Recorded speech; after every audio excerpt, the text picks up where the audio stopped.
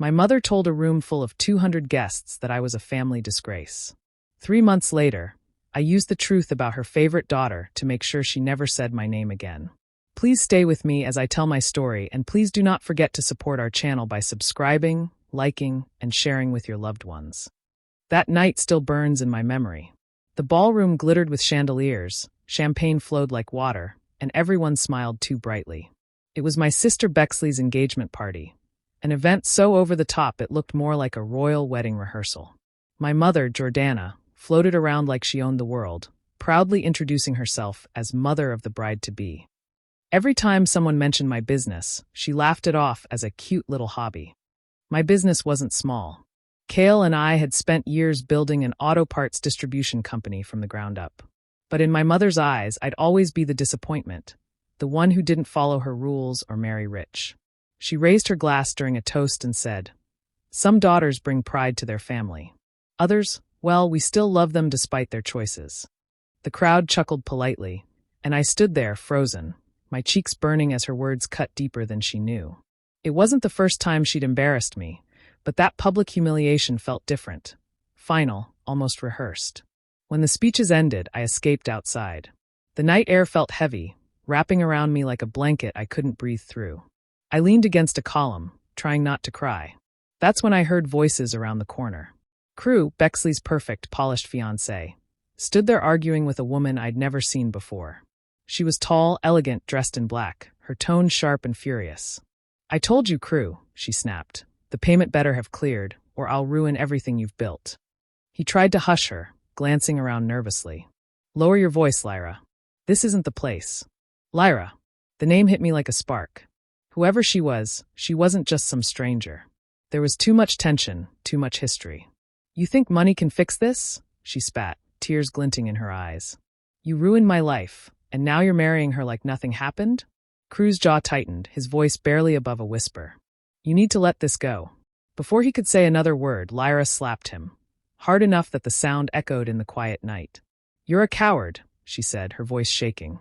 "And I hope one day she finds out who you really are." My heart pounded as I ducked behind a pillar, afraid to move.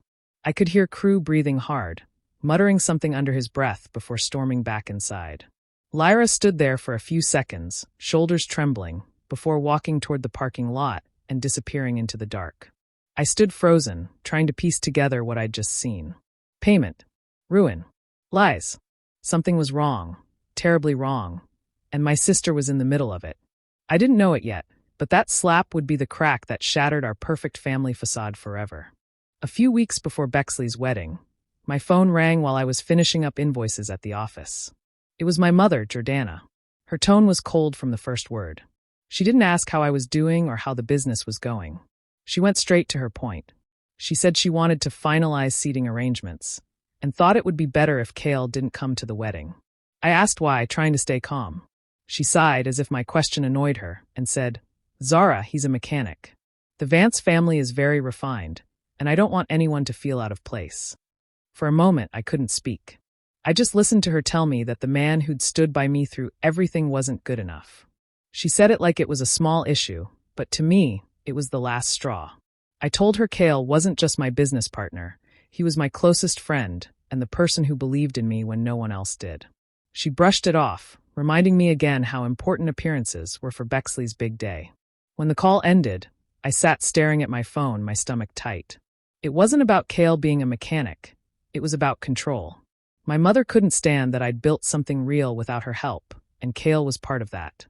I grabbed my keys and drove straight to the garage.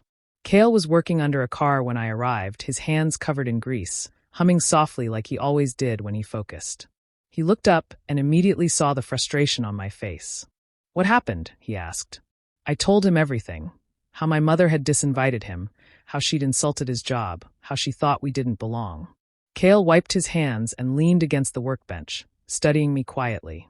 Then, with a small, calm smile, he said, "She doesn't know who she's talking about." I frowned, confused. He chuckled softly and continued, "My family's not just a bunch of mechanics, Zara. We own Ironcrest Automotive Group. You've seen our parts in stores across the country. My parents started the company, but they wanted me to learn the business from the ground up. That's why I work here, because I like real work, not just boardrooms. I stood there stunned. I knew Kale was smart, but I never guessed his background was that big. He went on to explain that Ironcrest had quietly invested in Apex Flux months earlier. His parents believed in what we were building. The new deal we'd been waiting on? It wasn't just big, it was national. If it closed, we'd be set for life. He looked at me and said, "Let her think I'm just a mechanic. We'll let the results speak for themselves." Hearing that didn't just calm me, it changed everything. I realized I didn't need my family's approval to feel worthy. My mother could throw her fancy parties and pretend she ruled perfection, but Kale and I were building something real. Something that would soon be bigger than anything the Vance family had ever owned. For the first time, I felt proud, not for their standards, but for mine. A few days after my mother's call, Bexley texted me out of nowhere, asking if we could meet for coffee. It was strange because she rarely reached out unless she needed something. I agreed anyway, mostly out of curiosity. When I walked into the cafe, she was already there, sitting by the window with her phone clutched tightly in her hand. She looked tired, her makeup slightly smudged, and there were faint dark circles under her eyes. It was the first time I'd ever seen her look less than flawless. When she saw me, she smiled, but it didn't reach her eyes.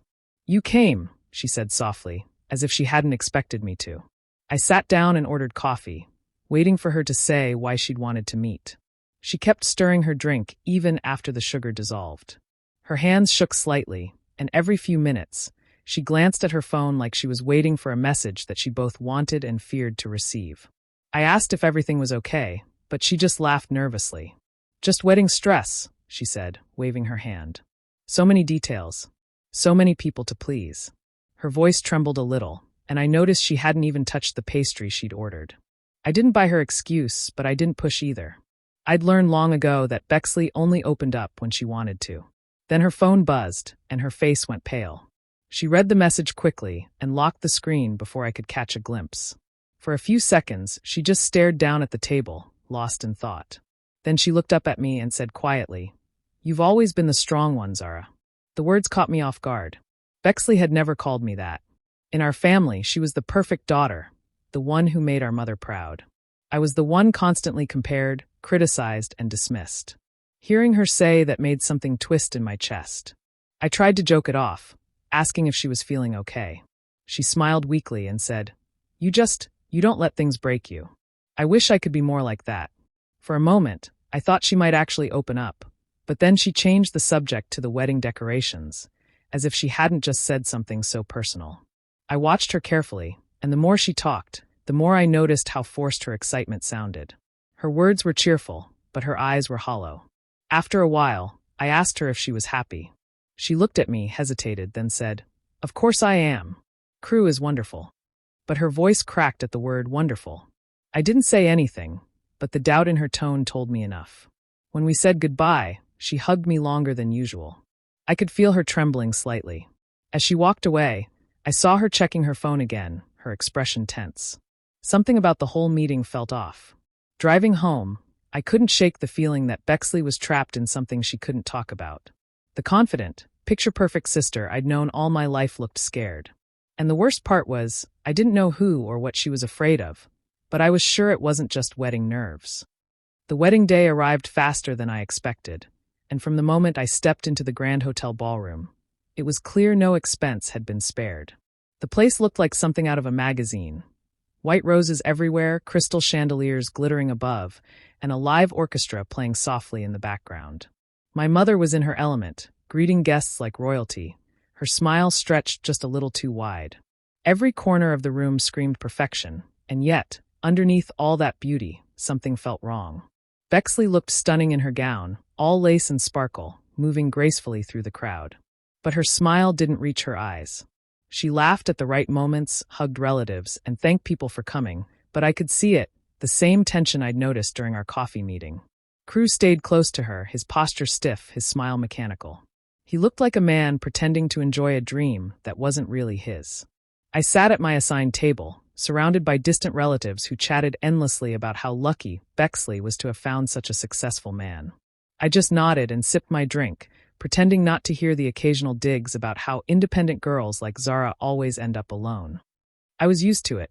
Then across the room, I noticed a familiar face that made my stomach tighten, Lyra. She was sitting at a small table in the corner, dressed elegantly in a dark gown.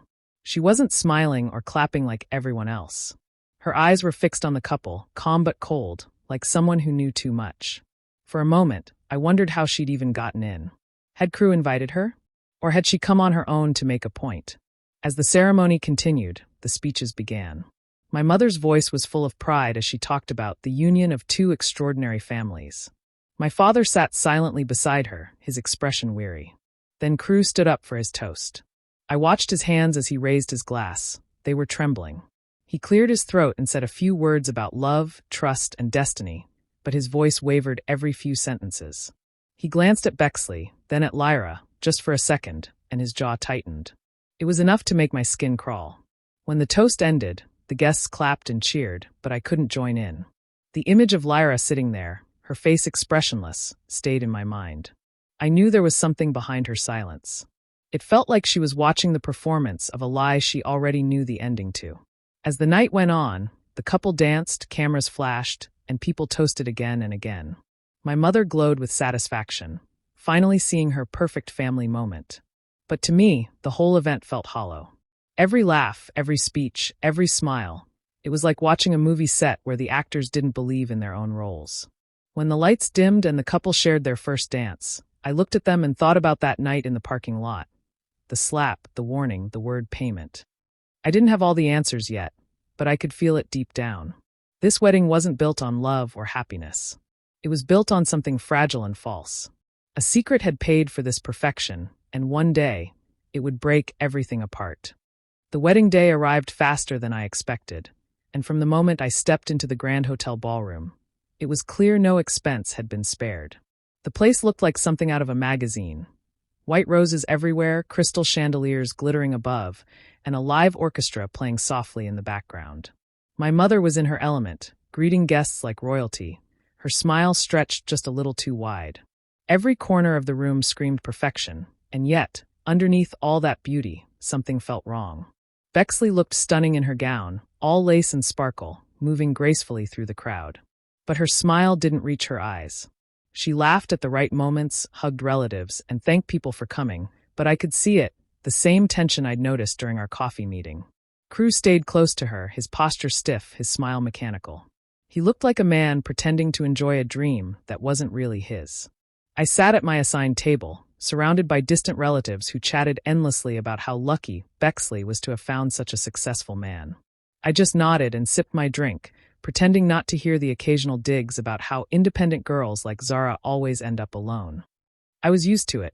Then across the room, I noticed a familiar face that made my stomach tighten, Lyra. She was sitting at a small table in the corner, dressed elegantly in a dark gown. She wasn't smiling or clapping like everyone else. Her eyes were fixed on the couple, calm but cold, like someone who knew too much. For a moment, I wondered how she'd even gotten in. Had Crew invited her? Or had she come on her own to make a point? As the ceremony continued, the speeches began. My mother's voice was full of pride as she talked about the union of two extraordinary families. My father sat silently beside her, his expression weary. Then Crew stood up for his toast. I watched his hands as he raised his glass. They were trembling.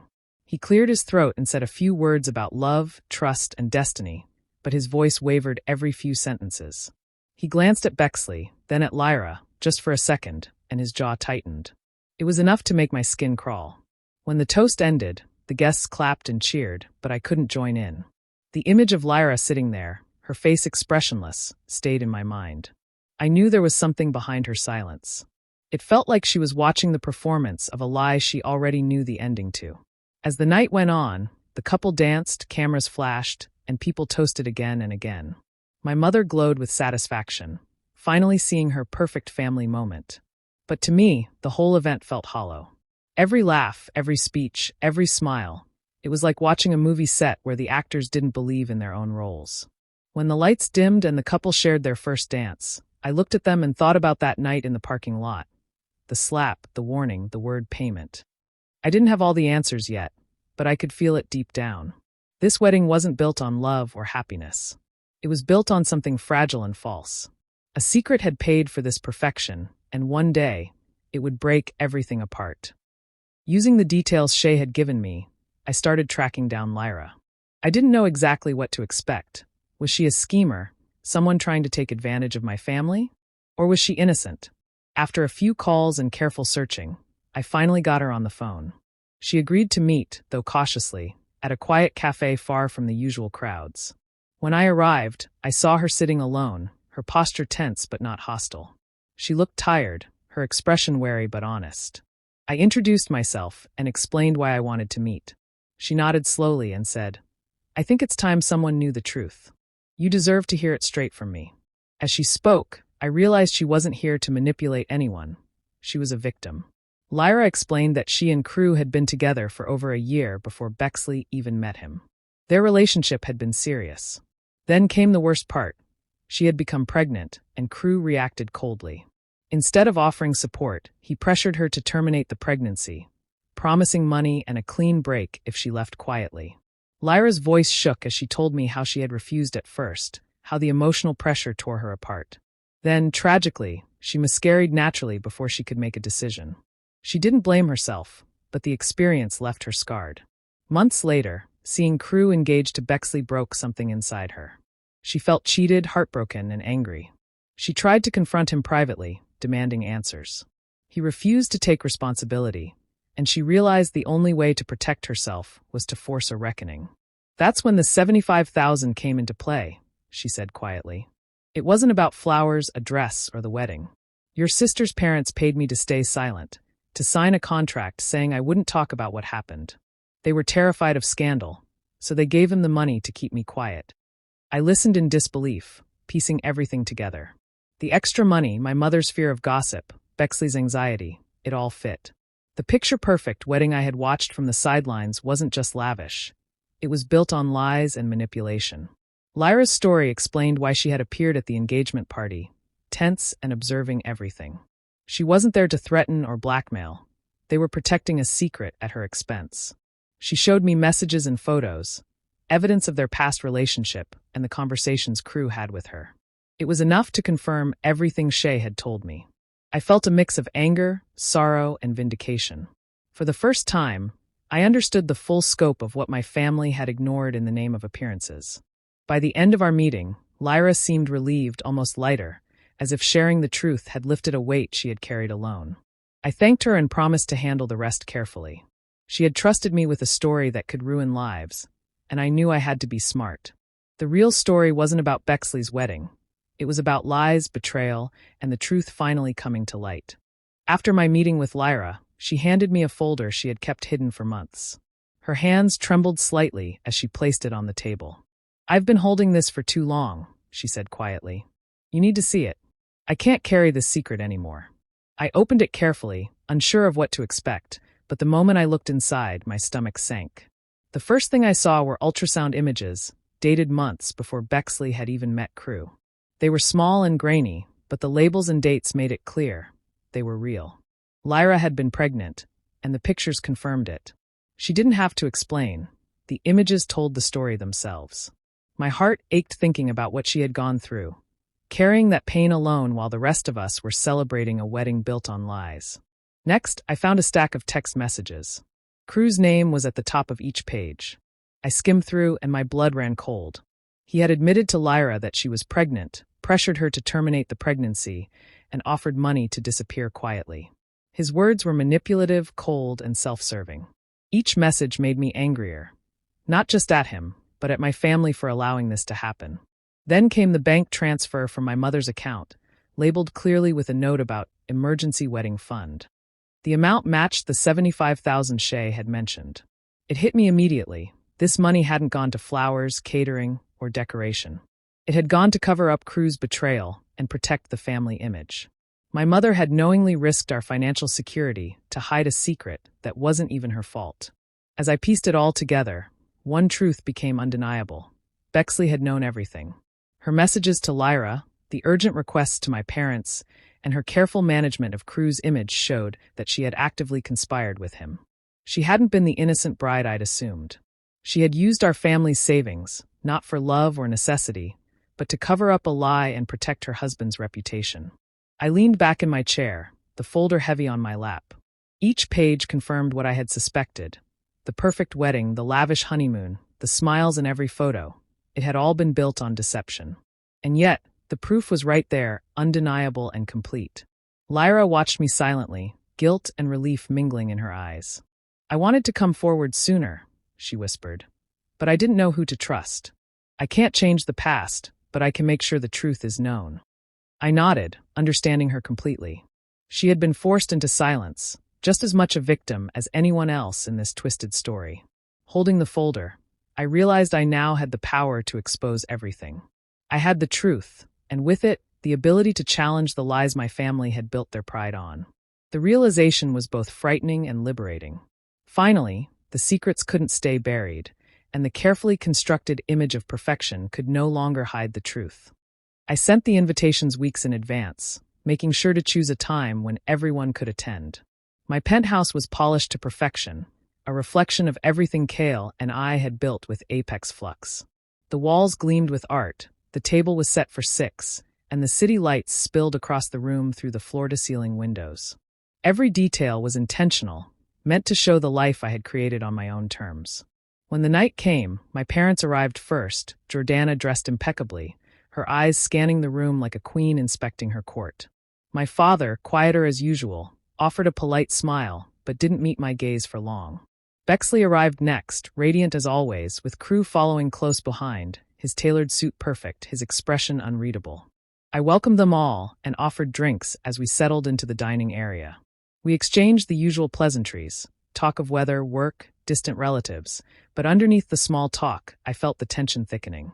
Everyone seemed on edge, unaware of the storm that was about to hit. I waited until the first course was cleared before I began, speaking calmly and clearly, letting my voice carry without anger or accusation. "I invited you here tonight to share something important. I think it's time the truth comes out." I reached for the folder Lyra had given me and placed it on the table. My mother's hand twitched slightly, and Crew's eyes flicked nervously toward the documents.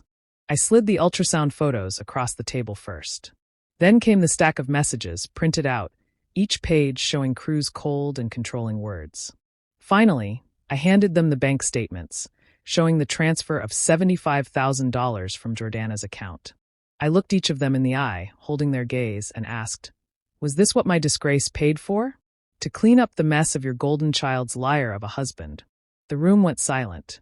My mother's face paled, her usual composure cracking as she opened her mouth, but found no words. My father shifted in his chair, his expression conflicted, as if he had just realized how deep this had gone. Bexley's jaw tightened, her hands clutching the edge of her chair, while Crew looked away, shame and fear flashing in his eyes. I let the silence stretch, letting the evidence speak louder than my voice ever could. The truth was undeniable. Bexley had known about Crew's past. My parents had sacrificed their financial security to cover up a lie that wasn't mine. And I, once labeled the failure of the family, was now standing in the center of a room with the power to expose everything. Finally, Bexley spoke, her voice small and defensive, but the guilt in her tone betrayed her. Crew remained quiet, unable to argue against the clear proof. Jordana tried to justify her actions, but the documents on the table made excuses meaningless. I sat back, letting them absorb it all. The family image they had built so carefully had collapsed in front of them, and for the first time, I felt the weight of justice settling in. That night, the perfect facade of wealth and pride cracked, leaving only the raw truth visible to everyone at the table. The room felt heavy after I laid out the documents, but the tension wasn't over yet.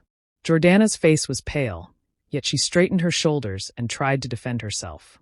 "You're exaggerating, Zara," she said sharply. Bexley didn't know anything. This isn't how it happened. Her voice shook slightly, betraying the cracks in her confidence, but she refused to admit fault. Bexley shifted uncomfortably in her seat, her eyes darting to Crew, who avoided looking at anyone at all. My father pinched the bridge of his nose, silent, as if trying to make sense of what he'd just learned. I leaned forward, calm and measured, and pulled out my phone. I pressed play on a recorded snippet of my conversation with Lyra, the one where she described Crew pressuring her and the money her silence required. The sound filled the room. Lyra's voice was steady, but her pain was clear. "He didn't care about me," she said. "All he cared about was keeping everything perfect for her and for his image. My only option was to be quiet or be destroyed." Jordana froze. Her lips parted, and for a moment, she looked like she had no idea how to respond. My father's hand shook as he lowered it from his face. Cru's eyes widened, guilt and panic flashing across his features. The carefully constructed image of our family and of Bexley's perfect marriage was cracking in real time. Cru tried to speak, his voice weak and trembling. It wasn't like that. I didn't.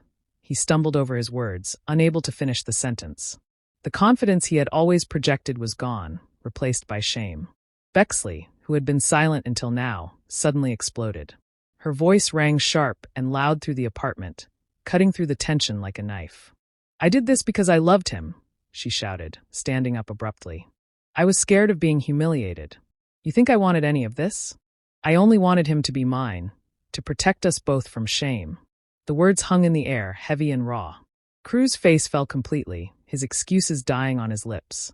Jordana's mouth opened and closed, words failing her as she tried to regain control, but it was useless.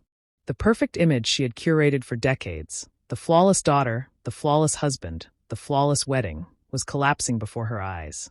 Bexley sat back down, her hands trembling, finally looking like the scared, imperfect human being she had been hiding all along. Cru slumped in his chair, defeated, the facade of confidence stripped away. My parents exchanged a glance, the silent acknowledgement of how deeply they had been fooled, and how deeply they had contributed to it, written clearly on their faces. I watched them, calm and collected, as the room fell silent. In a few minutes, the mask everyone had worn for years had crumbled completely. Lies, secrets, and fear had built the image of perfection, and now it was gone, leaving only truth and consequences. The couple who had seemed inseparable was divided, the family that seemed untouchable was shaken, and for the first time, I felt the quiet satisfaction of seeing honesty replace pretense. The days after the dinner were quiet but tense. My father, exhausted and hurt, decided he couldn't stay in the house any longer. He told me later that he couldn't forgive Jordana for risking their future without telling him everything. I understood him completely. He moved into a small apartment across town, taking only what he needed, leaving Jordana alone in the house she had ruled for so long. Jordana's social image, once untouchable, began to crumble. Friends who had admired her suddenly distanced themselves. Invitations stopped coming, and whispers followed her wherever she went. She spent hours pacing through empty rooms, finally forced to face a truth she had always refused to see. The daughter she had scorned, the one she had labeled a failure, was the honest, capable, and successful one. I could imagine the shame and frustration, and though it didn't bring me joy, it was satisfying to know reality had caught up with her. Bexley and Cru retreated from the public eye for a while. Their honeymoon photos disappeared from social media, and the perfect image they had presented to the world no longer mattered. I didn't follow them or reach out. They had chosen secrecy and lies, and I had no part in maintaining their illusions. Kale and I, on the other hand, were thriving.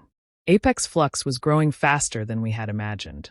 Our latest deal had launched nationwide, and the company's success had become a reflection of both our hard work and shared trust. Every challenge we had faced together had strengthened our bond, and now we celebrated in ways that mattered, quiet, meaningful, and real. One evening, after a long day of meetings and calls, Kale and I stood on my balcony. The city lights flickered below, but we didn't need them. The sunset painted the sky in shades of orange and pink, and for the first time in years, I felt truly free. We didn't need validation from anyone else, and the past that had weighed on me no longer had power over my present. I thought about the $180,000. It was gone, spent on a wedding that had hidden truths, but it had given me something far more valuable than money. It had revealed the reality of my family, exposed the lies I had unknowingly lived with, and finally allowed me to walk away with clarity and peace. Kale squeezed my hand gently, and we stood there, silent, sharing the moment. The life we had built together was based on honesty, effort, and loyalty, the very things my family had failed to recognize. In that quiet sunset, I knew I had left the world of appearances behind and stepped into a future I could truly call my own.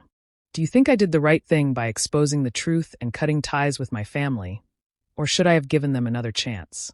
I'd love to hear your thoughts in the comments. Subscribe and hit the bell for more.